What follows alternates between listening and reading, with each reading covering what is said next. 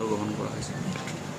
এইটো judicial enquiry এটা মানে এইটো হ'ব আৰু বাকী জিলা উপায়ুক্ত আজি সংগঠনৰ গোটেই নেতৃবৃন্দ আহিছিলে, পৰিয়ালৰ মানুহ আহিছিলে, গোটেইখিনি আলোচনা পুংখানুপুংখনে কৰা হ'ল, কাৰ গাফিলতি আছে, কি আছে, কেনেকুৱা ধৰণে আছে, আৰু SP আছে, DC আছিলে, তেওঁলোকেও গোটেই গুৰুত্ব সহকাৰে লৈছে আৰু এটা মেছেজ মানে এটা জুডিচিয়েল ইনকুৱাৰী হ'ব আৰু গোটেই ৰিপৰ্টখিনি অহাৰ পিছত এটা সিদ্ধান্ত কি লয় এই ৰিপৰ্টত আহিব।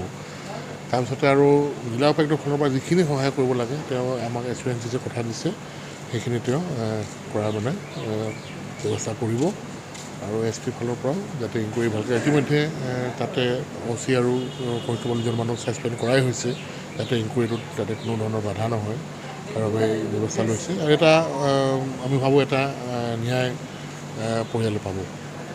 টাংনা থানাত এইটো আৰম্ভ কৰিব পাৰিম না? টাংনা থানাত 9 তাৰিখে যি কাষ্টেডিয়েল ডেথ হৈছে এইটোৰ ওপৰত আমি লগে লগে একশ্যন ইনিচিয়েট কৰিছোঁ। আমি টাংনা থানাৰ যি OC আছে ভাৰপ্ৰাপ্ত বিষয়া তেওঁ তৎকালীনভাৱে নিলম্বন কৰিছোঁ। চেণ্ট্ৰেল ডিউটিৰ যি পুলিচ কনষ্টেবল আছে তেওঁক আমি নিলম্বন কৰিছোঁ। তাৰপিছত আমি যিখিনি প্ৰচেছ আছে এইটো আৰম্ভ কৰিছোঁ। আমি প্ৰথমটো ক্ৰিমিনেল কেছ এটা লৈছোঁ, যিখিনি পুলিচ অফিচাৰ তাতে প্ৰেজেণ্ট আছে, পুলিচ ফ'ৰ্চ আমাৰ তেখেতৰ ওপৰত আমি এটা ক্ৰিমিনেল কেছ লৈছোঁ আৰু এইটো ক্ৰিমিনেল কেছ ইণ্ডিপেণ্ডেণ্ট IO এইটো ইনভেষ্টিগেট কৰিব।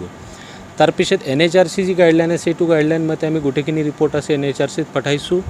আমি মেজিষ্ট্ৰিয়েল এনকুৱাৰীৰ কাৰণে আৰু জুডিচিয়েল এনকুৱাৰীৰ কাৰণে আমি লিখিছোঁ আৰু পুলিচ প্ৰশাসন যিখিনি এইটো ইনভেষ্টিগেশ্যন চলিব জুডিচিয়াৰীৰ পৰা, মেজিষ্ট্ৰেটৰ পৰা আৰু NHRCৰ পৰা, এইটো কাৰণে আমি গোটেইখিনি এইটো কোঅপাৰেট কৰি দিম। ধন্যবাদ। এইটো আমাৰ ডিপাৰ্টমেণ্টৰ কথা নাই, এইটো মই যি পুলিচ ডিপাৰ্টমেণ্টৰ যি কথা আছে এইটো আমি কৈছোঁ। ঠিক আছে, পোষ্টমৰ্টমটো হৈ গ'ল, তো ডেড বডি এইটো হেণ্ডঅভাৰ হোৱাৰ পিছত ফেমিলি এইটো কৰিব পাৰিব, নেক্সট এইটো কৰিব পাৰিব। ঠিক আছে, অ'কে।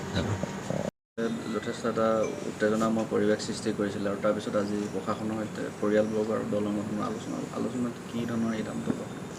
নাই, প্ৰথম কথাটো হ'ল চিন্স এইটো এটা কাষ্টডিয়েল ডেথৰ কেছ, চ' আমাৰ যিটো ফাৰ্ষ্ট ষ্টেপ, যেতিয়া মই খবৰটো পালোঁ মই ডিষ্ট্ৰিক্ট এণ্ড ছেশ্যন জাজক লেটাৰ লিখিলোঁ জুডিচিয়েল এনকুৱাৰীৰ কাৰণে, আৰু NHRC national human rights commission আৰু Assam state human rights commission যিটো আছে এই দুটা ইনষ্টিটিউশ্যনকো আমি জনালোঁ কি এনেকুৱা এটা কেছ হৈছে, আমাৰ নজৰত আহিছে। চ' এতিয়া জুডিচিয়েল এনকুৱাৰী প্ৰথম ষ্টেপ, যোৱা কাইলৈ ইতিমধ্যে পষ্টমৰ্টম কৰা হ'ল বুলি আমি খবৰটো পাইছোঁ। চ' এতিয়া ফাইনেলি কি হৈছে একজেক্টলি এইটোতো জুডিচিয়েল এনকুৱাৰীয়ে ক'ব আৰু মেজিষ্ট্ৰেটে ইতিমধ্যে ইনকুৱেষ্ট কৰিছে, ইনকুৱেষ্ট ৰিপৰ্ট আহিছে। চ' আমাৰ গোটেইখিনি বেচিছটো হ'ব জুডিচিয়েল এনকুৱাৰীৰ ওপৰত, এইটো এটা ইণ্ডিপেণ্ডেণ্ট ইম্পাৰ্চিয়েল এনকুৱাৰী জুডিচিয়াৰীয়ে কৰিব।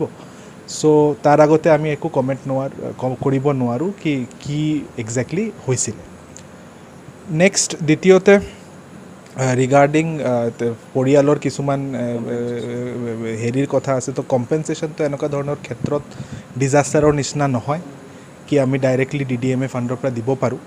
চ' তাৰ যিকেইটা ফৰ্মেলিটি আছে, কেনেকুৱাকৈ প্ৰচেছ হয়, গোটেইখিনি বস্তু পৰিয়ালক বুজাই দিয়া হ'ল কি এইটো এটা পাৰ্টিকুলাৰ কম্পিটেণ্ট অথৰিটিৰ পৰা মানে অৰ্ডাৰ আহিলেই আমি এইটো প্ৰচেছ কৰিব পাৰিম, নহ'লে ডাইৰেক্টলি কৰা নহ'ব। আৰু অফক'ৰ্ছ আমি এতিয়া চিন্স পৰিয়ালটো তেনেকুৱা এটা হেৰি হ'ল, তো তেওঁৰ চৰকাৰী ফালৰ পৰা যেনেকুৱা যিমান আঁচনি আছে, চ' আঁচনিকেইখন যদি কিবা তেনেকুৱা ধৰণৰ হেল্প কৰা যায়, চ' এইটো মই তেখেতৰ পৰিয়ালক অলৰেডি জনালোঁ আৰু তেখেতসকলেও কৈছে কি নহয় কি তেখেতসকলেও যিকেইটা সাহাৰ্য আমাৰ ফালৰ পৰা কৰিব পৰা আছে, চ' এইটো আমি কৰিম।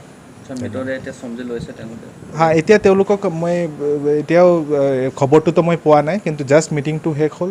চ' তেখেতসকলে আমিও আহ্বান জনাইছোঁ কি তেওঁলোকে PM যিহেতু হৈ গ'ল কি তেওঁলোকে মৃতদেহটো ল'ব পাৰে। চ' এতিয়া তেওঁলোকে ডিচিশ্যনটো ল'ব, এতিয়াও কোনো ডিচিশ্যন মোক এতিয়ালৈকে দিয়া নাই।